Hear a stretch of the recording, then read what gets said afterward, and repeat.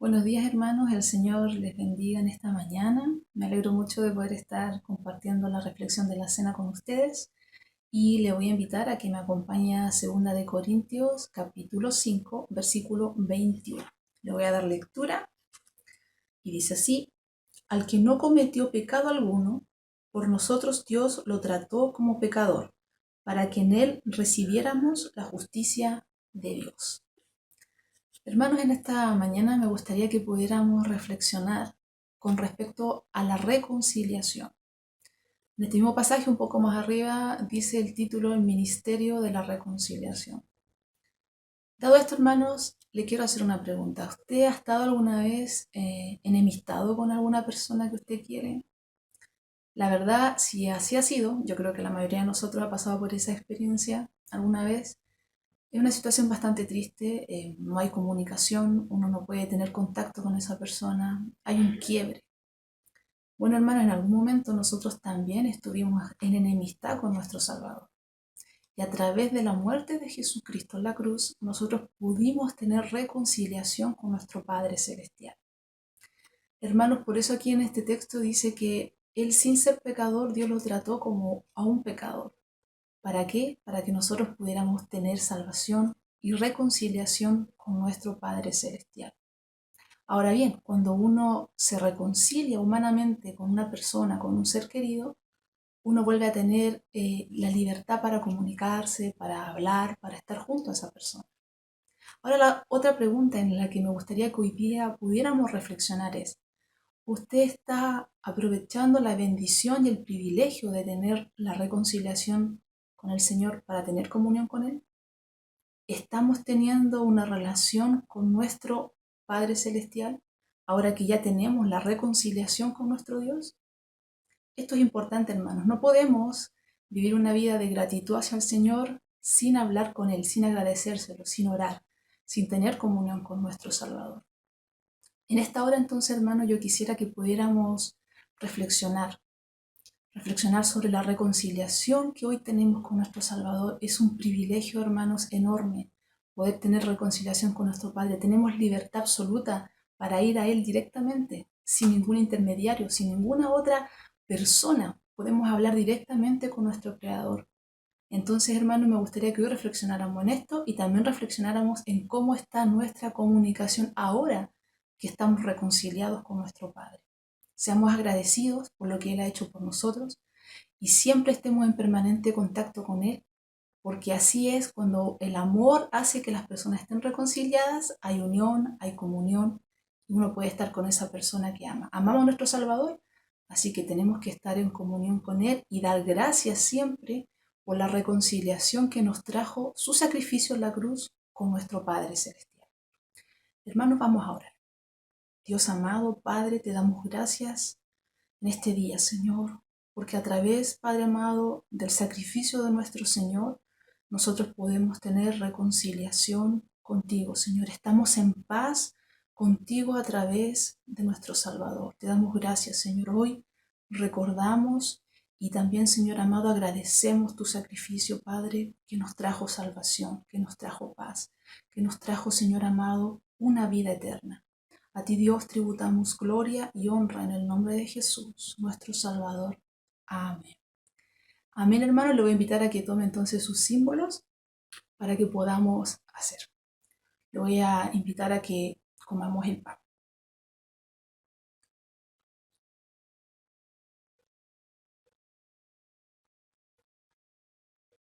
Y ahora, hermano, vamos a compartir la copa que representa la sangre de Jesús y vamos a estar agradecidos por esto. ¿Amén?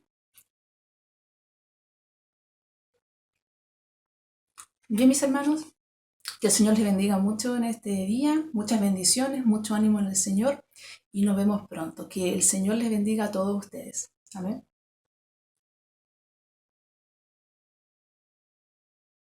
En el 2021, el número de cristianos perseguidos por causa de su fe continuó aumentando de forma dramática.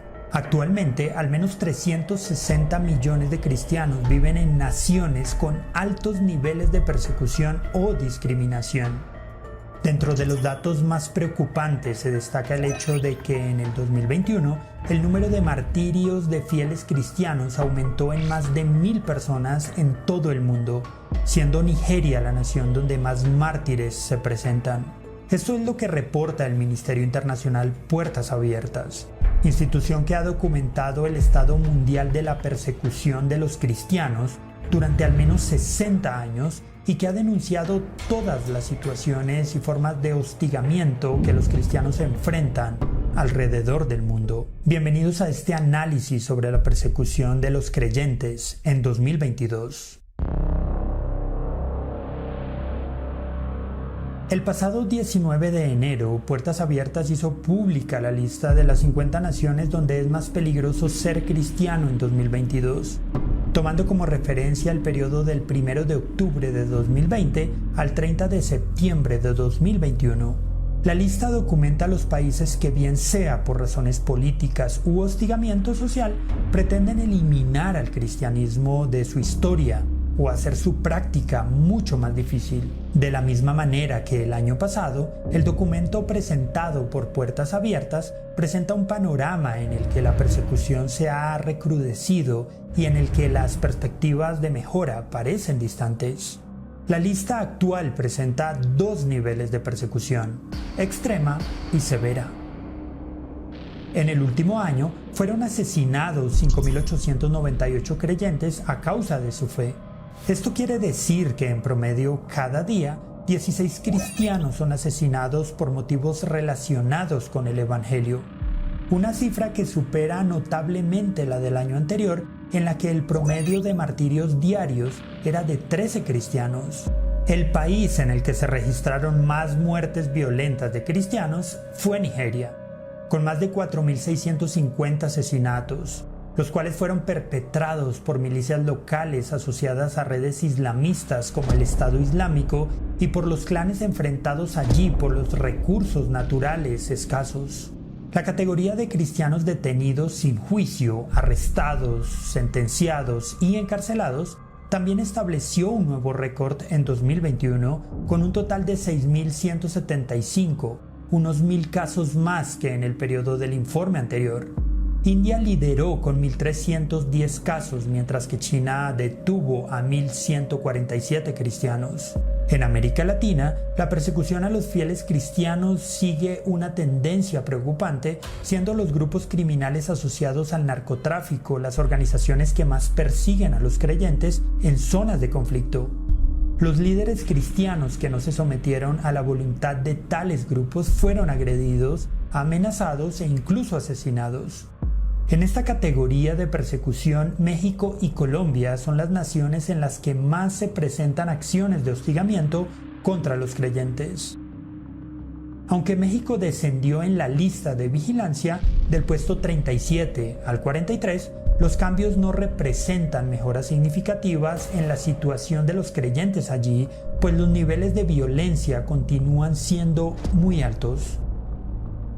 Por otra parte, México, Colombia y Cuba, junto a Eritrea y Etiopía, continúan siendo las únicas naciones de mayoría cristiana en esta lista donde los creyentes en Cristo enfrentan más dificultades para la práctica de su fe. Dos nuevos países ingresaron a la lista este año: Cuba y Níger, mientras que Kenia y Comoras fueron retirados de ella.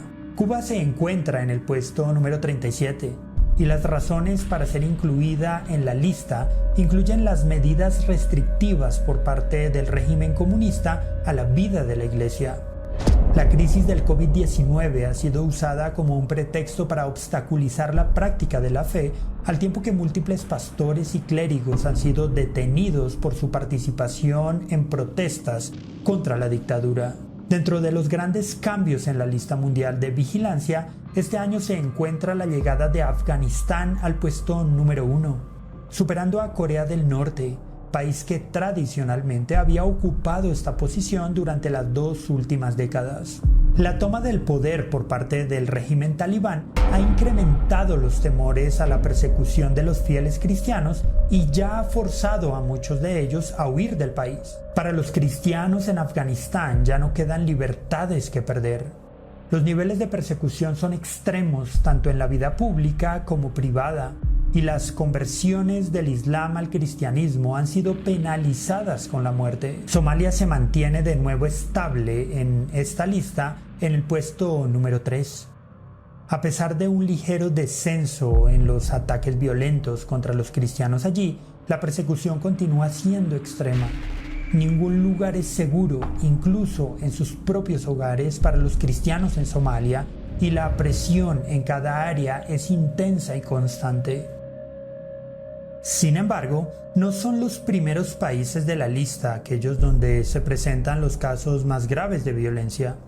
Nigeria, Pakistán, Burkina Faso y la República Democrática del Congo son las naciones en las que más ataques violentos y mortíferos se presentan en contra de los cristianos, mientras que en las naciones de mayor persecución las dificultades a la vida de la Iglesia y el control gubernamental continúan siendo los factores fundamentales de hostigamiento.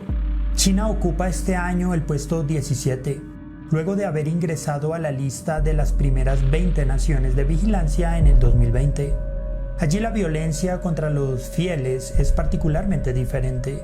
Mientras que en este país no se presentan ataques o asesinatos de creyentes, los cierres y ataques a las iglesias continúan siendo los más altos en todo el mundo. Durante el 2021, más de 3.000 iglesias fueron atacadas o cerradas en China. Otras naciones donde se presentaron numerosos ataques contra las iglesias fueron Nigeria con 470 ataques, Bangladesh con 200 y Pakistán con 183. Una de las tendencias más preocupantes en la revisión de la lista de vigilancia mundial de este año es la opresión islámica, la cual se presenta en 33 países, siendo Afganistán, Somalia, Libia, Yemen, Nigeria, Pakistán e Irán las naciones donde se presentan la mayoría de los casos. La violencia y el control dictatorial sigue siendo la causa principal de persecución en 5 naciones, siendo estos Uzbekistán, Turkmenistán, Bangladesh, Tayikistán y Kazajistán, mientras que la opresión dictatorial o gubernamental en las naciones comunistas o postcomunistas es la principal causa de persecución en 5 naciones más: Corea del Norte, China, Vietnam, Laos y Cuba. Una tercera tendencia que se observa en la lista de persecución de este año es la del nacionalismo religioso, ya que en países como la India, Nepal, Myanmar y Bután solo se considera como ciudadanos de primera categoría a aquellos que se adhieren a la religión mayoritaria, ya sea el hinduismo o el budismo, al tiempo que los derechos de los cristianos continúan siendo seriamente limitados. En ese orden de ideas, las 10 naciones en las que es más difícil ser cristiano son Afganistán, Corea del Norte, Somalia, Libia, Yemen, Eritrea, Nigeria, Pakistán, Irán e India. Los informes de Puertas Abiertas tienen como finalidad ayudar a los cristianos y a los grupos de presión en todo el mundo a abogar por aquellos que son perseguidos a causa de su fe.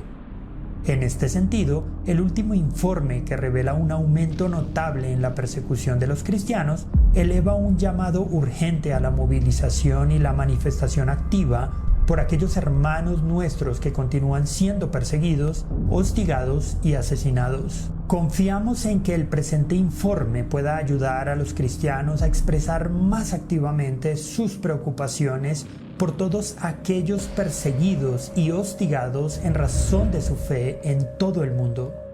Del mismo modo, expresamos nuestra confianza en las promesas del Señor de que todas estas circunstancias serán superadas en la consumación del reino de Dios. Aún así, queremos terminar este informe haciendo un llamado a todos los creyentes de habla hispana para que se unan en oración por nuestros hermanos perseguidos, y a que el reconocimiento de la persecución pueda impulsarlos a realizar acciones solidarias a favor de estos, bien sea mediante donaciones a las organizaciones que trabajan por la iglesia perseguida o mediante acciones de denuncia y abogacía que movilicen a la comunidad internacional a detener los crímenes cometidos en contra de los cristianos. ¿Y tú qué piensas? ¿De qué forma te afecta esta realidad? ¿Crees que hay alguna forma en la que tú y tu iglesia local pueden ayudar a nuestros hermanos perseguidos? ¿Conoces alguna historia de cristianos perseguidos cerca de ti? ¿De alguna forma tú y tu comunidad se han visto afectados por la persecución?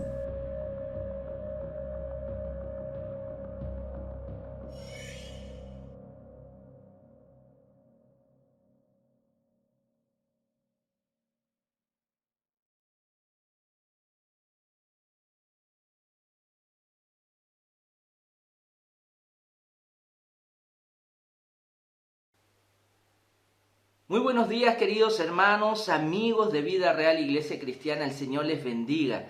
Les envío un gran saludo desde la ciudad de Milipilla. Mi nombre es Darío Iturra, soy pastor en Vida Real Iglesia Cristiana y estoy muy contento de poder continuar con ustedes compartiendo de la palabra del Señor en esta mañana.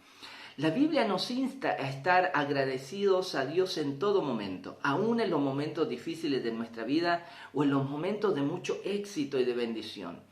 Nunca debemos olvidar que todo regalo, toda dádiva, toda bendición viene de nuestro Padre que está en los cielos. Y por eso, en aquellas bendiciones que tal vez consideramos pequeñas o en aquellas que consideramos muy importantes, siempre debemos tener un tiempo para dar gracias y debemos tener un tiempo para alabar a nuestro Dios, para reconocerlo, para honrarlo por la manera en que Él nos ama y nos cuida. Hoy día quiero compartir con ustedes, continuamos en nuestra serie y conociendo el libro de Hechos en la Biblia, en el Nuevo Testamento, el libro de Hechos. Hoy día quiero invitarle a que me acompañe al capítulo 8, versículo 1 al 3. Voy a estar basando mi reflexión, mi enseñanza de la palabra del Señor con todos ustedes. El libro de Hechos, capítulo 8, versículo 1 al 3. Quiero invitarle a orar conmigo. Padre, te damos gracias por este tiempo, en el nombre del Señor Jesús, por este día domingo, en que podemos, Señor, aún por esta vía, en nuestros canales de multimedia, Señor, reunirnos, tener contacto. Padre, pedimos a través de Jesucristo que, Señor, en este día bendigas a tu iglesia a nivel global, como también nos bendigas y nos ayudes en Vida Real Iglesia Cristiana, Señor, a tener un corazón abierto y una mente dispuesta para tu palabra. Pido, Señor, que tu Santo Espíritu esté guiándonos y tu Santo Espíritu esté, Señor, hablándonos, moldeándonos y cambiándonos a través de tu palabra. Bendice a cada uno de los que hoy día está viendo, Señor, esta transmisión y también pido que tú les ayudes, Señor, en su relación contigo y en vivir tu voluntad. Gracias, Padre, en el nombre de Jesús. Amén. Muy bien, vamos a leer el libro de Hechos, capítulo 8, versículo 1 al 3. Dice así: y Saulo estaba de completo acuerdo con ellos en su muerte. En aquel día se desató una gran persecución en contra de la iglesia en Jerusalén, y todos fueron esparcidos por las regiones de Judea y Samaria, excepto los apóstoles. Algunos hombres piadosos sepultaron a Esteban y lloraron a gran voz por él. Pero Saulo hacía estragos en la iglesia, entrando de casa en casa y arrastrando a hombres y mujeres, los echaba en la cárcel. Hoy día quiero compartir esta parte del capítulo 8, ciertamente el capítulo 8 y lo que vamos a ver más adelante es un capítulo muy emocionante en lo que resta del libro de Hechos, la verdad. Hoy día quiero compartir acerca de vivir como cristianos en tiempos difíciles. El capítulo 8 comienza conectando a través del versículo 1 con lo que ocurrió, lo que fue narrado en el capítulo 7. Lo que vimos la semana pasada de manera resumida, por razones de tiempo, con respecto a Esteban, un discípulo del Señor, un cristiano, un servidor para la iglesia que fue escogido formalmente para ser uno de los primeros diáconos, es decir, servidores, aquellos que de manera formal colaboran con el liderazgo, los pastores, y en este caso los apóstoles, quienes al comienzo de la iglesia pastoreaban, los diáconos fueron escogidos para servir y ayudar en la labor de liderazgo y pastorado, atendiendo, sirviendo a la comunidad cristiana. Vimos en el capítulo 7 que este diácono Esteban fue apresado por causa de su predicación con respecto a Cristo el Señor. Él fue apresado por los líderes religiosos por lo que también Dios estaba haciendo a través de él. Estuvimos viendo que el poder de Dios y Dios actuaba en Esteban de una manera muy especial, llevando a Esteban a realizar prodigios, milagros, sanidades, algo fuera de lo común en medio del pueblo, y todo esto en respaldo a lo que era la predicación o la enseñanza o el mensaje de Esteban, Jesucristo, el Hijo de Dios, quien fue crucificado y resucitó al tercer día. Fue apresado y fue condenado a muerte. Y al final del capítulo 7 del libro de Hechos relata cómo Esteban fue ajusticiado, podríamos decir, fue asesinado, de qué manera, apedreado, y se indica que mientras él era apedreado, había un joven, cierto judío, y después conocemos que este joven judío, fariseo, estaba ahí sosteniendo la ropa de aquellos que estaban tirando piedras a Esteban para matarlo. Este joven que estaba ahí se llamaba Saulo. Y en el capítulo 8, este joven que estaba presente mientras Esteban, este cristiano, era asesinado y dando su aprobación en cierta manera y participando del asesinato de Esteban, en el capítulo 8 ya vemos que él comienza a entrar en escena. Saulo de Tarso, quien después será conocido como Pablo, como el apóstol Pablo. El capítulo 8, versículo 1 dice: y Saulo estaba de completo acuerdo con ellos en su muerte. Es decir, este joven, Saulo, judío, fariseo, estaba de acuerdo con aquellos que habían decidido terminar con la vida de Esteban, por el solo hecho de que Esteban anunciaba que Jesucristo de Nazaret era el Hijo de Dios. Para la casta religiosa y los líderes judíos, lo que era la iglesia naciente y lo que tenía que ver con Jesucristo de Nazaret era una gran amenaza para ellos como líderes. No tan solo líderes religiosos, sino que llegaron a considerar como un peligro político para los judíos frente al imperio romano. Trataron de eliminar este, entre comillas, nuevo movimiento que había nacido a través de Jesús de Nazaret. Los llamaban a estas personas, los que seguían a Jesús, las personas del camino, de este camino. Trataron de terminar con este movimiento. Y una de las maneras de terminar prontamente con este movimiento era eliminar o limitar a los seguidores de Jesucristo a que no predicaran el Evangelio, a que no hablaran con personas acerca de quién era Jesús y que no anunciaran que Jesús de Nazaret no tan solo era un judío, hijo de carpinteros, sino que era el Hijo de Dios, hecho hombre. Ellos trataron de muchas maneras de limitar y trataron de que los discípulos y apóstoles del Señor terminaran de predicar a Jesucristo en medio del pueblo, específicamente en la ciudad de Jerusalén, donde ocurrieron todos los hechos referentes a la muerte y resurrección de Jesucristo. Saulo era partícipe de esto. Él también estaba de acuerdo en que este movimiento no era una obra de Dios. Ellos consideraban que Jesús de Nazaret no era el Mesías, no era el Salvador, no era el Hijo de Dios. Y por lo tanto tenían una gran molestia por este gran movimiento. Saulo de Tarso participaba de aquellos que buscaron limitar el nacimiento y crecimiento y desarrollo de la iglesia de Cristo, de la iglesia cristiana.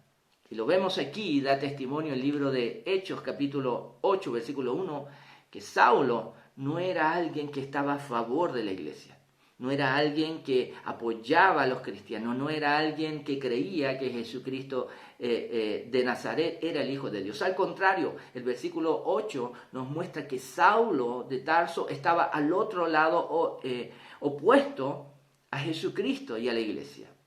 Ahora, este registro es muy importante porque más adelante vamos a ver también a Saulo de Tarso, a este joven judío entrando en escena en lo que es la historia de la iglesia cristiana de una manera más protagónica. Pero dice el versículo 2, en aquel día se desató una gran persecución en contra de la iglesia. En el versículo 1 continúa, en aquel día se desató una gran persecución en contra de la iglesia en Jerusalén, y todos fueron esparcidos por las regiones de Judea y Samaria, excepto los apóstoles. Debemos recordar que hasta aquí, en el capítulo 8, lo que la Biblia narra y registra es que la iglesia lo más probable es que, y de seguro tenía una membresía o los números, personas que participaban de la iglesia, era aproximadamente 10.000 personas, pero lo más probable, más de 10.000 personas. Como mínimo, 10.000 personas. Pero la Biblia nos dice en el versículo 1 que hubo una gran persecución en la iglesia, para con la iglesia en Jerusalén, donde todo comenzó, donde la iglesia comenzó. Dice que hubo una gran persecución en contra de la iglesia en Jerusalén, y todos, dice, fueron esparcidos por las regiones de Judea y Samaria.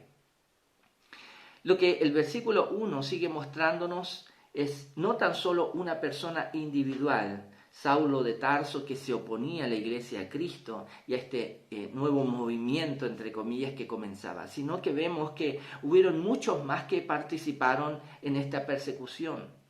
Un solo joven judío no era suficiente para perseguir a una iglesia de más de 10.000 miembros. Esta persecución que hubo en contra de la iglesia fue una persecución donde participaron muchas más personas de autoridad, tanto política como religiosa, que provocó que muchos de los participantes de la iglesia en Jerusalén tuvieran que huir, tuvieran que ir y moverse a otros lugares de Israel. Dice que por causa de esta gran persecución que hubo en la iglesia, los discípulos, los cristianos, los participantes de la iglesia dejaron Jerusalén y por lo tanto se fueron a los alrededores de Jerusalén, que comprendía la región de Judea. Pero no tan solo dejaron Jerusalén y se fueron a los alrededores, a la región de Judea, sino que también algunos se fueron a la parte norte de Israel, que es llamada también la región de Samaria o Samaria. Esta gran persecución que hubo, dice que provocó que los cristianos dejaran el lugar donde estaban concentrados y por causa de esta persecución se extendieran a otros lugares. La Escritura nos dice en el versículo 1 que solamente los apóstoles quedaron en Jerusalén, porque ciertamente la iglesia quedó funcionando en Jerusalén. La iglesia en Jerusalén no desapareció. Solamente por la gran cantidad de cristianos que habían, muchos se movieron de Jerusalén a otros lugares. Y no tan solo a través de la historia del libro de Hechos se movieron a Judea, a Samaria, sino que después nos vamos a dar cuenta que se fueron también o se movieron a otros países y a otros lugares del mundo. El versículo 1 del capítulo 8 nos muestra que la vida de la iglesia nunca fue una taza de leche. Es decir, que la vida de la iglesia fue una bonanza, una tranquilidad constante en sus inicios. Al contrario, la Biblia nos muestra que así como el Señor Jesucristo fue perseguido, también sus seguidores fueron perseguidos. Al leer los evangelios nos damos cuenta de que el Señor Jesucristo, mientras desarrollaba su ministerio, sí tenía gente que le seguía, que creía en Él, pero también tenía gente que lo seguía no para creer en Él, sino para juzgarlo, para ver en qué se equivocaba, para esperar el momento oportuno para apresarlo y condenarlo, para desacreditarlo. También era seguido por personas que se oponían a Él y no creían en Él. El Señor Jesucristo muchas veces tuvo que moverse y evitar que personas también lo lincharan, querían atacarlo. Bueno, la iglesia también nació en un escenario no favorable. La gente, el pueblo, muchos sí, tenían favor con la iglesia, con los apóstoles y los cristianos por la labor que hacían, por el mensaje que predicaban y por su estilo de vida, su testimonio. Pero no eran todos. Hubo una gran persecución y llegó un momento en que el ambiente hacia la iglesia fue muy hostil, fue muy hostil. Esto llevó a que cristianos se movieran a otros lugares. Los apóstoles quedaron, pero eso, el versículo 1, no quiere decir que los cristianos dejaron de ser cristianos por causa de este momento difícil. Nos dice que los discípulos del Señor, los que eran miembros de la iglesia, dejaron de ser cristianos por causa de esta persecución. Al contrario, lo que nos dice el versículo 1 es que ellos se movieron a otro lugar. La iglesia no dejó de crecer en ningún momento. Muchas veces nosotros comprendemos el crecimiento como algo que se produce hacia arriba, pero no nos damos cuenta que también el crecimiento puede producirse hacia los lados. La iglesia de Cristo nunca dejó de crecer, en todas circunstancias, no solamente en los buenos momentos y buenos días donde habían milagros, los apóstoles vivían experiencias con Dios tremendas y la gente era sanada, disfrutaban de la bendición y de la ayuda de la iglesia, sino que también nos muestra la Escritura que la iglesia creció en momentos difíciles y creció de una manera especial, extendiéndose hacia los lados. La iglesia de Cristo tiene como propósito producir fruto, tiene como propósito crecer, tiene como propósito desarrollarse y por lo tanto, por cualquier medio posible, Dios puede llevar a su iglesia a seguir creciendo. Muchas veces nosotros como seres humanos, cuando vivimos momentos difíciles, nos centramos en los momentos difíciles y vemos todo oscuro, todo negro, de una manera muy pesimista, a tal punto que pensamos en dejar la iglesia, a tal punto que pensamos en dejar de ser cristianos. Y no nos damos cuenta en ese momento que Dios sigue en control.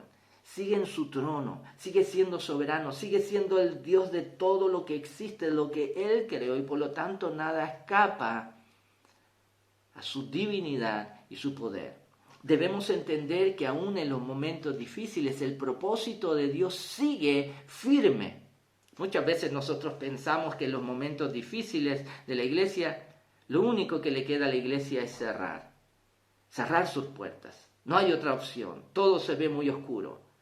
Pero la verdad es que el libro de Hechos nos muestra que aún en la peor persecución que la iglesia vivió en sus comienzos, los apóstoles, los discípulos nunca pensaron en cerrar. Se acabó el negocio, vamos a cerrar el giro.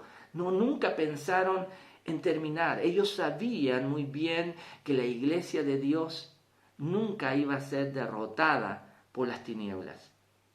Y ellos siguieron firmes, confiando en Dios. Y si no podían seguir creciendo en número en Jerusalén, ellos se extendieron. Dios los llevó a extenderse hacia los lados.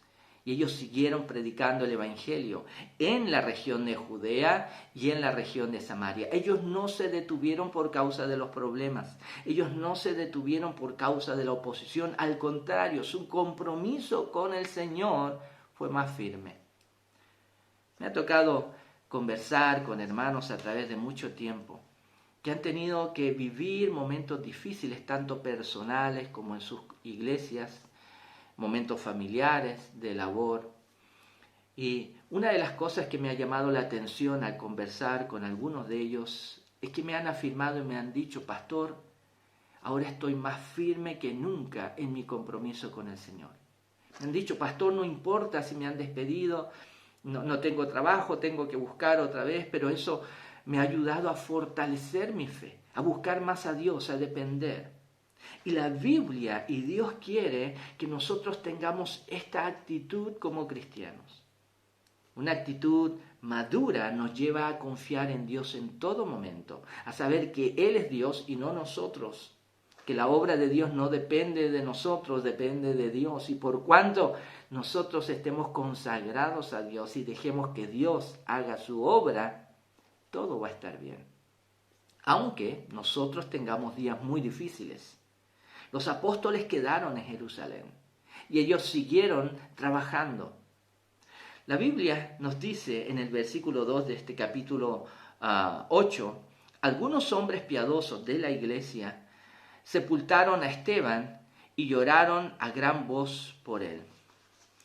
Ciertamente personas de la iglesia procuraron que Esteban, este discípulo, este diácono asesinado, tuviera una sepultura. Tal vez habían personas del pueblo a quienes Esteban sirvió y también bendijo a través del Señor. Hombres piadosos que también se preocuparon de su cuerpo. Como nosotros vimos la semana pasada, la Biblia habla muy poco de Esteban. Pero lo que habla de Esteban ciertamente es un gran ejemplo para todos nosotros. Aquí vemos en el capítulo 2 el legado que Esteban dejó. Cuando una persona no tiene un buen testimonio, su historia no prevalece. Cuando alguien no ha producido un gran impacto positivo y tal vez vive en el anonimato, su muerte también es anónima.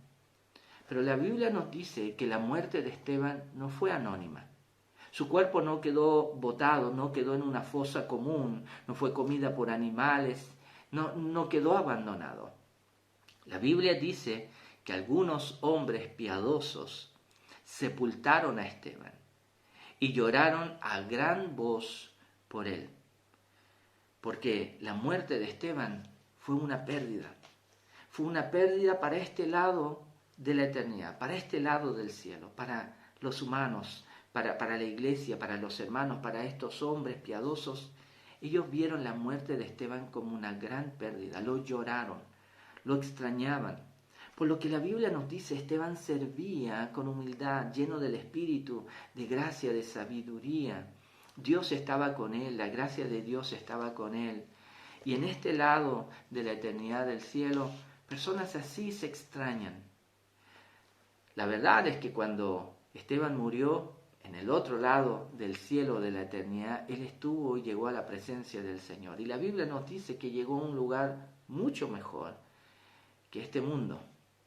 Para él, morir fue ganancia. Pero este versículo 2 nos muestra dos cosas que nosotros debemos considerar como cristianos en nuestra vida. La primera cosa que debemos considerar, y como dice el dicho popular, uno no valora las cosas hasta que las pierde. Nosotros como cristianos debemos valorar lo que Dios nos ha dado como iglesia. Debemos valorar lo que Dios ha dado a nosotros en nuestra vida como cristianos. Debemos valorar muchas de las bendiciones que Dios nos ha dado y que a veces las damos por sentado como algo común y corriente, que todos tienen. Pero no nos damos cuenta, como dice la Biblia, que Dios nos da dones, regalos. Y por lo tanto nosotros debemos aprender a valorar lo que Dios nos da. Y el versículo 2 nos muestra que Esteban fue un regalo de Dios para la iglesia. Esto nos muestra que hombres valoraron a Esteban y nosotros como iglesia debemos también valorar a aquellos que sirven a la iglesia. Aquellos que han procurado una vida para Dios, una vida consagrada para Dios. Y no es que cuando ellos han consagrado su vida para Dios se excluyen de la vida común y corriente, se excluyen de la sociedad, se excluyen hasta de la iglesia misma y no tienen contacto con nadie, sino que debemos valorar a aquellos que en medio del pueblo sirven a Dios. Una persona consagrada a Dios no es una persona que vive enclaustrada, al contrario, consagrarse a Dios tiene que ver con un compromiso piadoso de devoción a Él, en la vida común y corriente, en la vida real. Un cristiano comprometido con Dios puede serlo en su trabajo, en el banco, en el hospital, en la municipalidad, en cualquier lugar. Un cristiano comprometido puede ser en su familia, con su esposa, sus hijos. Un cristiano comprometido puede ser con sus vecinos.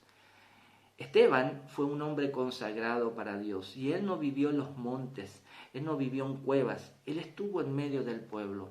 Y lo que nos muestra el versículo 2 es que debemos valorar a quienes sirven a Dios con un corazón entregado a Él. La Biblia dice que hubieron hombres piadosos, que después de muerto Esteban, corrieron también el riesgo de tomar su cuerpo, enterrarlo. Y no tan solo lo enterraron, sino que lloraron a gran voz, a gran voz. Fue una pérdida para la iglesia. Ellos valoraban a Esteban y cuando Esteban ya no estuvo se dieron cuenta que habían perdido una gran bendición. Debemos aprender nosotros como iglesia a valorarnos, a valorar a los que sirven al Señor. El versículo 3 nos dice, pero Saulo hacía estragos en la iglesia, entrando de casa en casa y arrastrando a hombres y mujeres, lo echaba en la cárcel. El versículo 3 sigue hablándonos de la persecución. La persecución no terminó con que los cristianos dejaron Jerusalén y se fueron a otros lugares. La persecución no terminó con cristianos dejando Jerusalén, yendo a Judea y yendo a la región de Samaria o al norte de Israel o a otros lugares fuera de Israel. La persecución no terminó ahí. Este joven religioso judío que estuvo ahí guardando la ropa de aquellos que apedreaban a Esteban y participando y estando de acuerdo con el asesinato y la muerte de Esteban, dice el versículo 3 que él mismo dejó de ser un espectador o alguien que guardaba la ropa de la gente en el capítulo 7, él comenzó a ser protagonista en la persecución a los cristianos. Él tomó muy personal y como una misión personal, como una cruzada personal, el perseguir a los cristianos. Y dice que Saulo hacía estragos en la iglesia. Saulo de Tarso en sus comienzos, cuando aparece la historia, él no era un apóstol. Él era un perseguidor de la iglesia. Y no tan solo un perseguidor, sino que dice que provocaba estragos en la iglesia. Afectó mucho a la iglesia en sus comienzos. Y no tan solo afectó a la iglesia, dice que entrando de casa en casa y arrastrando a hombres y mujeres, los echaba en la cárcel por el tan solo hecho de creer en Jesús, por el tan solo hecho de confesar su afiliación, su compromiso con Jesús de Nazaret, buscando que ellos renegaran de su fe o castigándoles por su fidelidad a Cristo. La iglesia comenzó con grandes bendiciones, con la resurrección de Jesucristo, la venida del Espíritu Santo, algo tremendo. Y muchas veces nosotros podemos enfocarnos en todo ello y no darnos cuenta que la iglesia, aún con esas grandes bendiciones a Cristo exaltado como resucitando de entre los muertos, la presencia y la experiencia del Espíritu de Dios, no nos damos cuenta que a la par con eso también hubo gran persecución. Nosotros hoy día, como cristianos, debemos estar también preparados para la persecución. Y no es que es una persecución, por lo menos aquí en Chile, en que nos meten a la cárcel por ser cristianos o por tan solo participar de un culto en una iglesia. Pero en otras partes del mundo hoy día, y no tan solo hoy, sino en el pasado reciente y en el pasado, cristianos fueron asesinados por el solo hecho de decir que creían en Jesús. Pastores fueron tomados por gobiernos, fueron secuestrados de su iglesia y llevados a campos de concentración, de tortura y trabajo forzados por el solo hecho de ser pastores, por el solo hecho de predicar a Jesucristo y la palabra de Dios.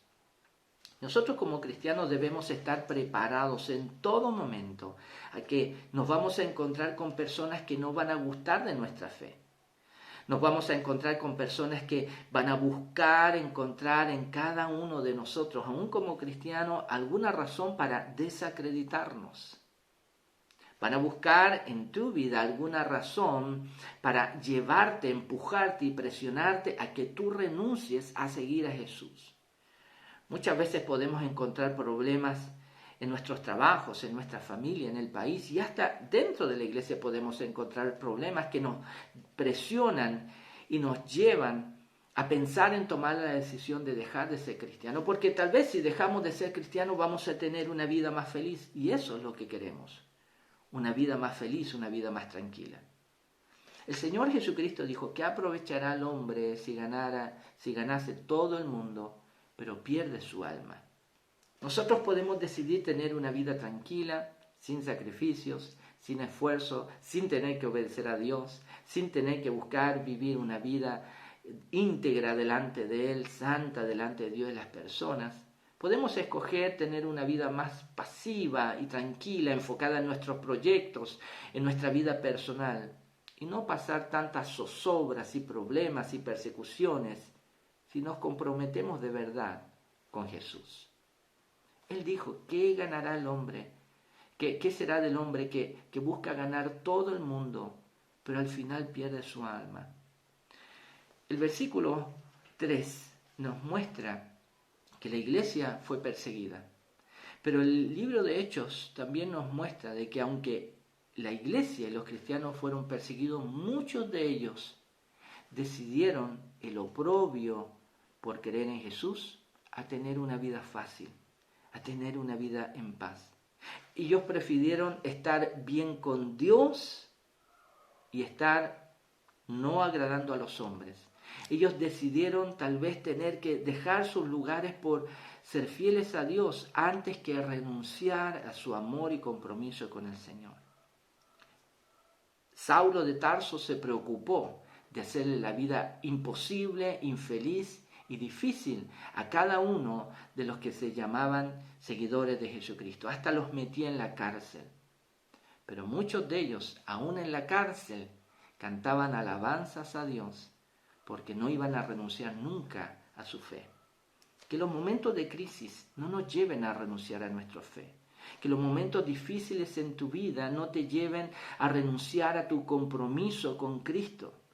Lo que significa ser cristiano es ser fiel a Dios, no en los momentos buenos de la vida, en los momentos de paz y felicidad, sino en todo momento, aún en los momentos difíciles, donde no tenemos trabajo, donde no tenemos dinero, donde no somos bienvenidos, donde somos rechazados. Ahí debemos nosotros recordar y mantener nuestro compromiso y recordar que un día nos entregamos a Dios para que Él nos salvará. La salvación no es para vivirla en momentos buenos de la vida. La salvación es para vivirla y experimentarla también en los momentos más difíciles de nuestra propia vida. El libro de Hechos y el capítulo 8 nos muestra que aunque la iglesia fue perseguida, ellos siguieron expandiéndose, creciendo. Tuvieron pérdidas, fueron lamentables. Siguieron siendo perseguidos, pero aún así, la Biblia nos va a mostrar que ellos nunca dejaron de predicar a Jesucristo, como lo vamos a ver la próxima semana. El Señor les bendiga.